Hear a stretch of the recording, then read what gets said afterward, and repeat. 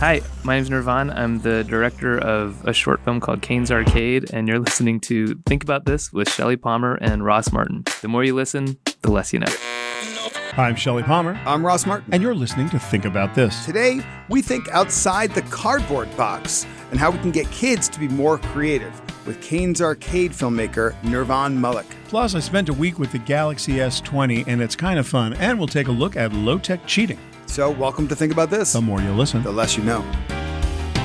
Ross, behold the Samsung Galaxy S20. Ooh, look at this. Yeah, this thing is insane. First of all, I've spent a couple weeks with it now, and I'm just blown away by two things. It's a phone, right? So I can't get that excited, right? It's an Android I've seen you get excited about phones. No, because they have the folding phones. Yeah, and all this other. So it's a flagship. It's a phone. Right? And it's a flagship phone. So this is serious. This is like Samsung's best phone. But it does two things that I actually like really like. One, it has 100x zoom on it. There's a 108 megapixel wide angle camera, and they figured out a way with a prism. Like, this is the coolest technology. Mm-hmm. You know, the problem with telephotos, my iPhone, when you want it, the new ones are cool. And the old ones used to take like a telephoto lens and clip it on. That's right. So you could do like really super cool photography, telephoto. They put a prism inside the phone, and the light goes the long way after it comes in, and it just, so they don't have to have a giant optical zoom. This thing goes 100x. It's crazy. It's like a telescope. It's unbelievable. So kudos to Samsung for that, because that made me really happy. Like, you're standing on one part of the street, you zoom this thing all the way in, you're like seeing license plates a block and a half away, out of control. Is this really expensive? No, it's a flagship phone. So it's like you go to Verizon, you look at the iPhone Pro Max 11, which is this one here, and then the S20, which is this one here. They're about the same price. A little cheaper, like $100 cheaper, the super duper model. But there's one other thing that I think Samsung has done that they got to get kudos for. The other is this thing called single take. Now, watch this for a second. So what's happening here is you're just panning around the room, right? Panning, you see Robert and Rebecca, who's our engineer, and Ross. And I'm just sort of panning around the room. I'm done. Now, what you're seeing is a whole array of pictures and a video. It found the faces, it found the video, and look, it found the most important stuff computationally. So Samsung makes a bunch of decisions for you that you wouldn't have to make for yourself. You're at a party, or you're at a table in a restaurant, you sort of pan the whole thing, and whoever's moving around, it recognizes the faces. It's not always perfect. Can you change it if you rather have other? You kind of edit it, and there's a bunch of pictures behind it, and there's a bunch of cool ways to mess with it. That's cool. But computational photography is, I think, the future, and this is one of the best versions of it I've seen so far. I love the idea.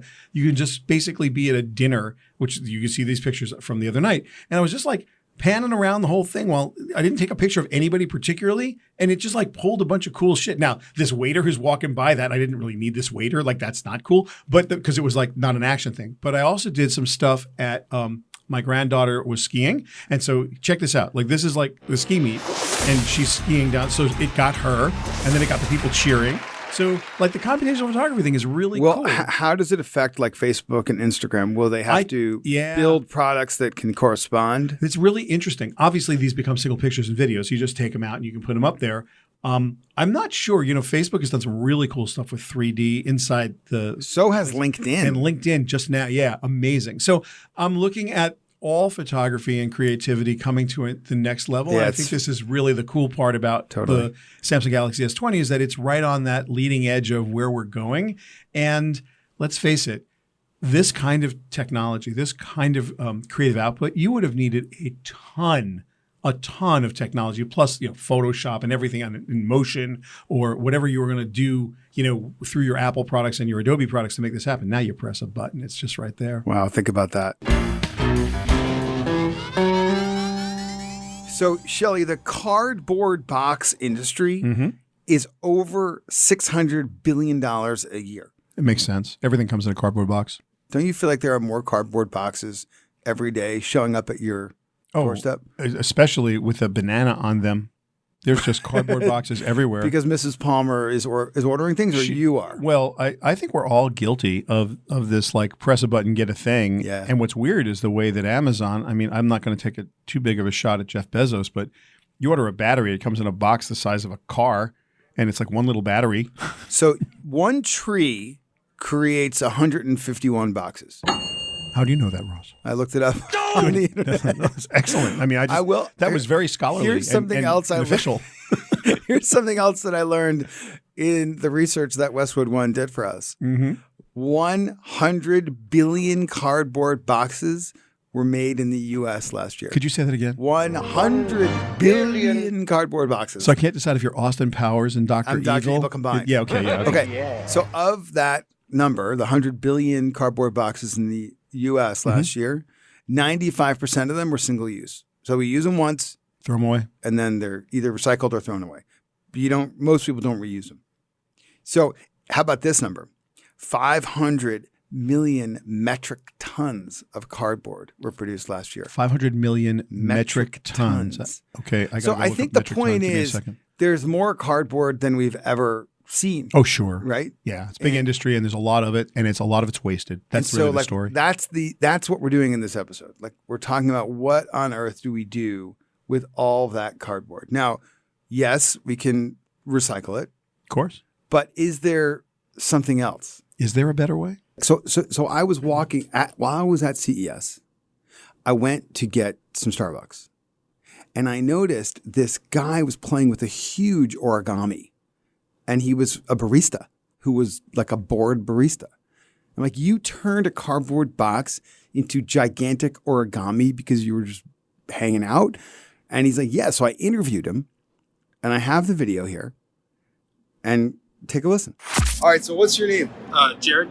Jared, and what is this that you made here? It's a paper crane. And what did you make it out of? We have the signage sheets up on the board, and it's basically just like white cardboard. Sign-up sheets? What do you mean? Yeah, the sign sheets. They're like the menu boards. Oh, you mean like those things? Yeah. We take them down, and then at the end of it, we don't need it anymore, so I took it and folded it into this. That's really cool. What would you have done with it if you didn't make it into... Recycle. You would have recycled it. Have you ever done one of these before? This big? Yeah. Not with one of these, but I've done it with other pieces of What are you going to do with it now that you made it? 'Cause it's awesome. Either give it to my mom or hand it to somebody who wants it. I don't need it. Jared, thank you so much for hanging out with me. Nice to meet you. Nice to meet you. All right. Happy New Year. It's incredible. And so it's like what people are doing instead of throwing something out or recycling it. What else could you do with that cardboard box? So let's think about that.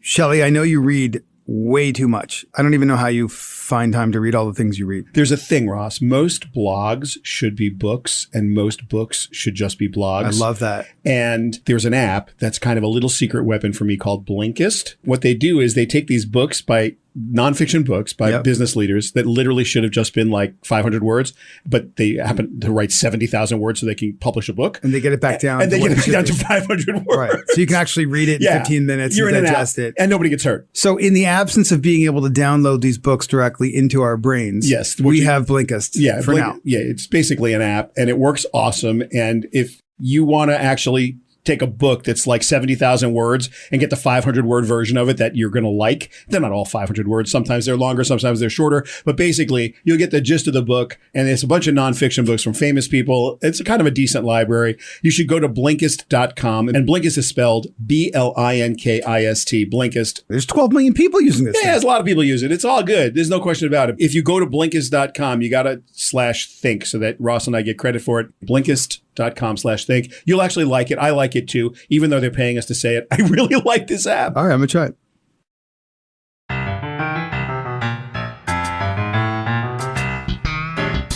Shelly, we get to have the most interesting people on our show. We really do. None of them were available today. So we got Nirvana Malik. That's true. Yeah, we did. He's here. Just kidding. That's way too hard of a jab, but he can take it. He's our most interesting friend. I mean, and he's got cardboard boxes to hide in. Well, okay, we're going to get to that. Welcome to the show, Nirvana Malik, filmmaker and founder of Imagination.org. Thanks, guys. So everyone should know Nirvana's story for me begins years ago with the documentary Caines Arcade. And the first time you and I ever met, Nirvana, you were at some trade event and you were giving a presentation about Caines Arcade, your documentary. Just so everybody understands, could you just quickly, because we're talking cardboard boxes, just talk a little bit about what Caines Arcade was, that story, and how you came to be the Imagination Foundation guy. And it starts with a broken car part. Yeah. It was the last day of summer in 2012. And I was a struggling filmmaker, what my dad would call struggling, meaning I had no health insurance. I was 36. And what I did have is a 96 Corolla that was always breaking down, and it had a broken door handle. And I live in Los Angeles and downtown. My window would always get smashed. I'd always go to East LA to get it fixed because there's some cheap used auto parts stores. And I went there to get a used door handle and pulled into this junkyard that I'd never been to before. And when I pulled in, I met this little 9-year-old boy who had made this elaborate arcade out of the cardboard boxes that the auto parts came in. It was his dad's shop, and he spent the whole summer building this. And he asked me if I wanted to play. And that's kind of how the story started.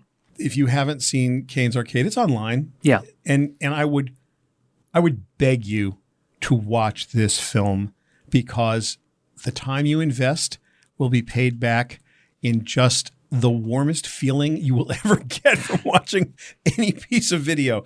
How many people have seen it already? It's hard to say. I mean, the video's got tens of millions of views online, but it's been played on television and stuff like that too. So we'll leave that as a cliffhanger. So that's where the cardboard boxes come from, because Caine had made this giant arcade out of cardboard boxes, and that inspired you to start the Imagination Foundation. And yeah, well, we made this film about Caines Arcade and then posted online, and the film went massively viral. We raised about $250,000 for this little boy to go to college. Tens of thousands of people started coming to his arcade. He hadn't had a customer before, as a little bit of the backstory. So in real life, his arcade became a thriving business. They had like a 5-hour line with people in this junkyard waiting to play his game. And then what was unexpected was the response from kids and teachers and parents to the film when it went viral. Kids started making their own cardboard arcades and setting them up in their driveways and living rooms. And I literally got tens of thousands. Yeah, I mean, some of the follow-on stories on YouTube were incredible, where whole classrooms just got deep into like, okay, let's make our own version of this. And what a creative way to spend an afternoon. For your kids, and this was entirely unexpected. And I had all these like teachers saying, we've got a kid just like Caine in our classroom. What can we do to foster their creativity? And this is, mind you, just a few days after this film went viral. I thought it might be good to try to start a nonprofit. Seems like the next logical step. That's the next thing. It's definitely. You're not busy enough. Let's go. No, but everybody was coming at you. Everybody was coming at us. Yeah. From the biggest talent agencies to all the toy companies to there are all these different things. And the first thing we decided to do was what could we do for other kids? And we didn't want to sell kids a cardboard box, but we decided to create this nonprofit to give kids more space and time for play.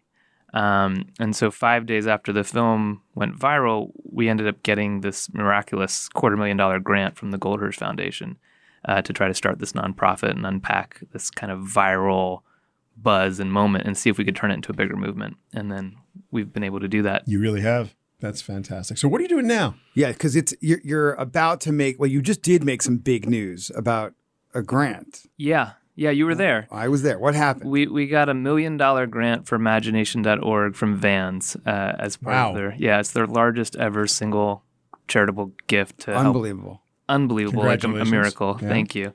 And it's really to foster creative expression for kids worldwide. Creativity is the number one skill kids are going to need. 65% of kids in school today are going to have jobs that don't yet exist. Yes. So how do you foster that? And it turns out a cardboard box is a free, readily available material, and you can do a lot with it. We talk a lot about this exact issue on this podcast.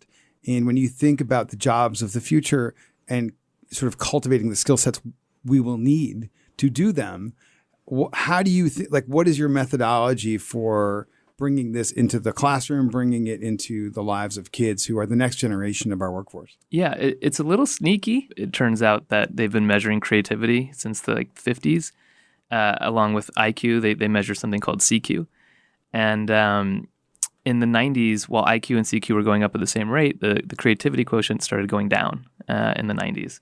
And some of the creativity experts that we talk to say what kids really need at least is a minimum of 1 to 2 hours a week of open-ended creative play. So the first thing we did was launch this global cardboard challenge, basically turning the film into an experience that kids and communities could have. So kids could make anything they wanted out of cardboard. It didn't have to be an arcade. And then in the film, we ended up doing a flash mob for this little boy to bring in more customers. So on the anniversary of that day that we did this flash mob for this little boy to make his day, we have a global day of play, and communities all over the world have flash mobs for kids taking part in the Global Cardboard Challenge. And so the first year we did that, we had 11,000 kids take part. And then it's grown. So word of mouth, the program went viral, and we've had over 1 million kids in 80 countries now take part in the Global Cardboard Challenge. And you have a lot of partners too, right? Who's in this with you? Oh, we've partnered with all kinds of amazing companies, from AT&T Aspire. We do an Inventors Challenge for the last 4 years with them. Mattress firm, the company donated cardboard boxes that their mattresses came in. Google, Vans, obviously. So we've got a bunch of different partners. The people who listen to our podcast, many of them are chief marketing officers, chief executive officers, board members of some of the biggest and most influential companies in the world. Talk directly to them. Like, how can they jump in here? Sure. Well, we have creativity chapters. We have 30 of them around the. We started with 30. We now have almost 200 around the world in 30 countries, and we're growing 100 new chapters, including for kids in refugee camps, that gives kids 1 to 2 hours of open-ended creative play every week. And we also merged with 2-Bit Circus Foundation. So if your listeners know about 2-Bit Circus, amazing for-profit with a nonprofit doing a lot in STEAM education. We've got maker spaces. We've got Trash for Teaching that collects clean waste from companies and has diverted over 600 tons of waste and put it into classrooms so kids can make stuff out of it first. So there's a lot of creative ways that you can partner with us, and we can come up with creative ways.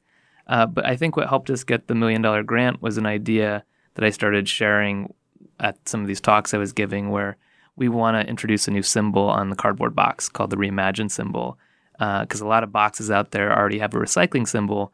Let's put another symbol on it that invites kids to reimagine the box before they recycle it. It's just the best. I mean, that's genius. It is. It truly is. So in a world where almost everything is an app, kids today act very differently.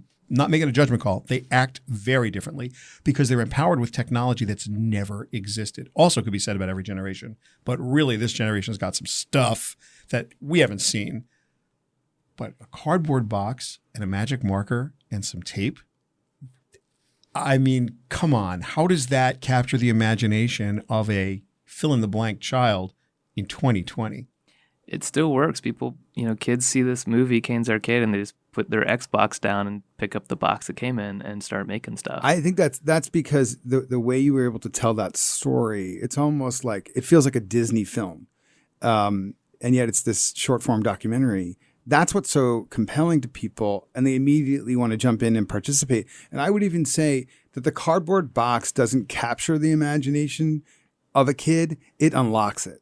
Like, they look at it and they go, like, what can I make with that? And Caine was the first to inspire people at scale. Since then, what have you seen people make out of cardboard that has surprised you? Oh, man, so many cool things. I met a 10-year-old girl in Colorado who made a piano that you could play out of cardboard. So inside of it, she had hung little metal tubes that she'd cut to be in tune, and she had little levers that had nails on them, so you could play these keys and it would hit these levers and they would hit these kind of wind chimes that were 10 years old. 10 years old. Yes. She made this whole piano. And then other kids sort of escalate and they add things called makey and electronics and make like scoreboards for their games. Right. I do team building activities for companies as part of this talk where the companies actually work together and make games or different things. And so we've had kind of these teams make kind of cardboard sumo wrestling outfits and just all kinds of amazing games to play and just all kinds of wild stuff. Could you explain what the difference between normal play and open-ended creative play is in your definitions? Well, I don't know what you mean by normal play, but often I think people get prescribed a little bit too much what to do. And so with the idea of this open-ended play, you're not given like a template. Like this I see. You're not saying, okay, here, cut this out of the box, cut these shapes out, color it in. It's more like, here's some stuff. What can you do? Yeah. And that's what really unlocks creativity. You're given some limits, but also some opportunity to apply your ideas without being prescribed exactly what to make. That's incredible right there. That right there. Well, yeah, because it's always a set of parameters. If someone said to you today, I need you to write something or I need you to create a piece of music, I don't know, if they said to you create a sonata or write a sonnet, you know the form. You don't know what the words are going to be, but at least you know a form, right? So here's a cardboard box and some tape and stuff. Go. So there are parameters. Yeah. But they're as open-ended. I understand that now. I didn't really understand the definition. And that's probably the greatest thing you can do for somebody is say to them, here, inside this box, make a better box. Yeah, and when you think about it, I mean, I think a lot of kids these days, their time's maybe overscheduled, and back in the day, we had more unstructured time just to be bored, and sometimes the best thing you can do for kids or for your team is to just give them space and get out of the way. Well, it's funny because as we look at the effects of the tech backlash. The techlash. And we look at all of our peers who helped create the social networks that killed play.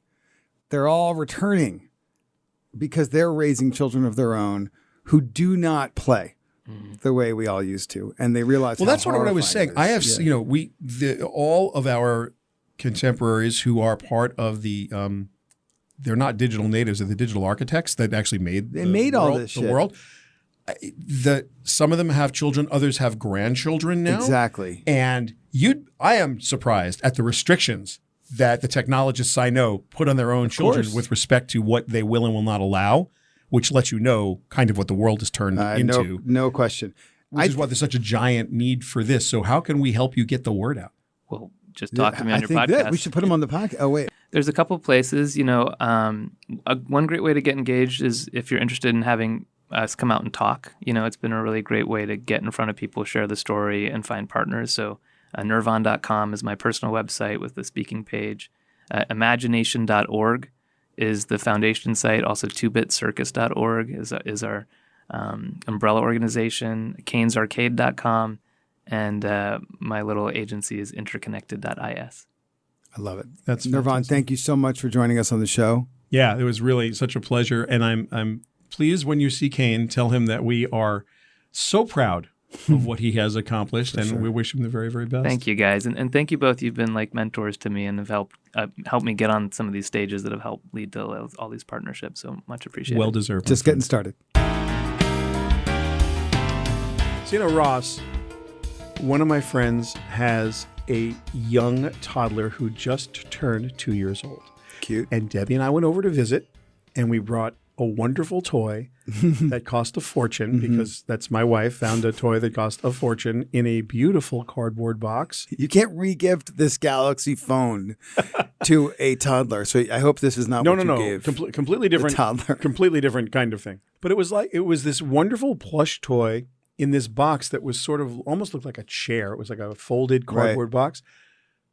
The child, beautiful young little girl, takes the toy, gives it a hug, puts it down, and then spends the next hour playing with the box. No way. That's amazing. Playing with the box. This is what Nirvana's talking about. about. And I looked at my wife and I said to her, we could have just bought the box. Exactly. That would have worked out great.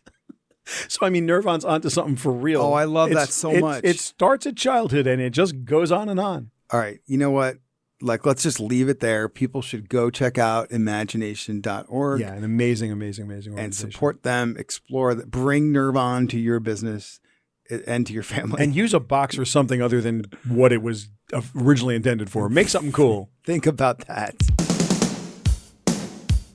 Now, Shelly, you've been a baseball fan all your life. My whole life. You wrote the theme song for the Mets. Yes, let's go Mets, I did.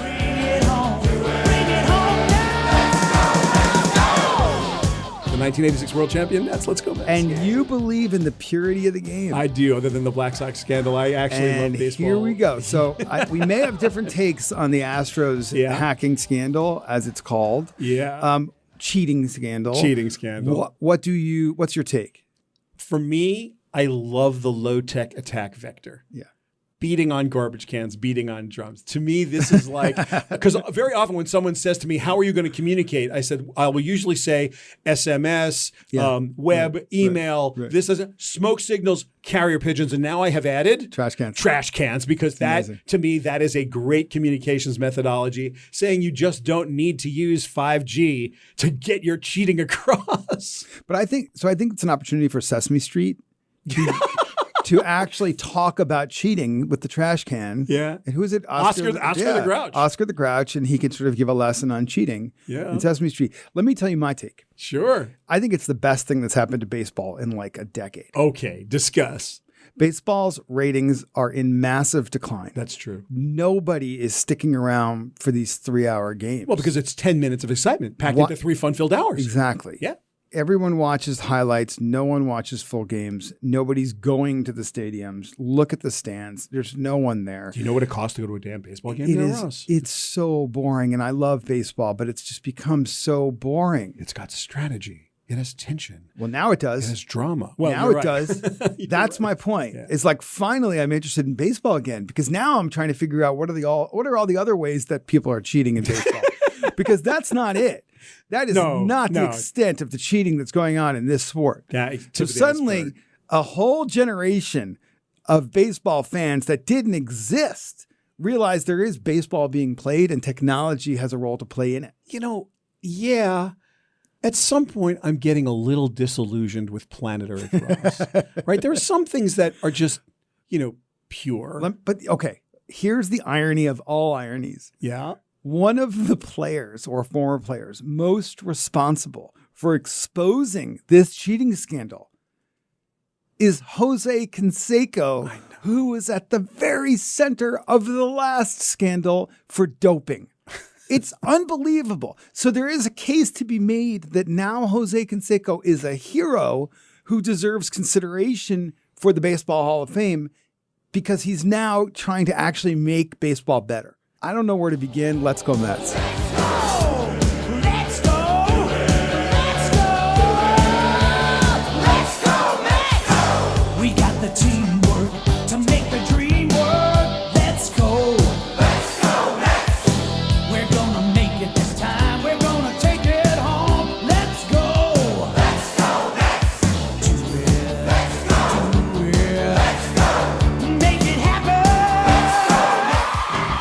Oh, that's a classic. Let's go Mets. Great job on that song, Shelly.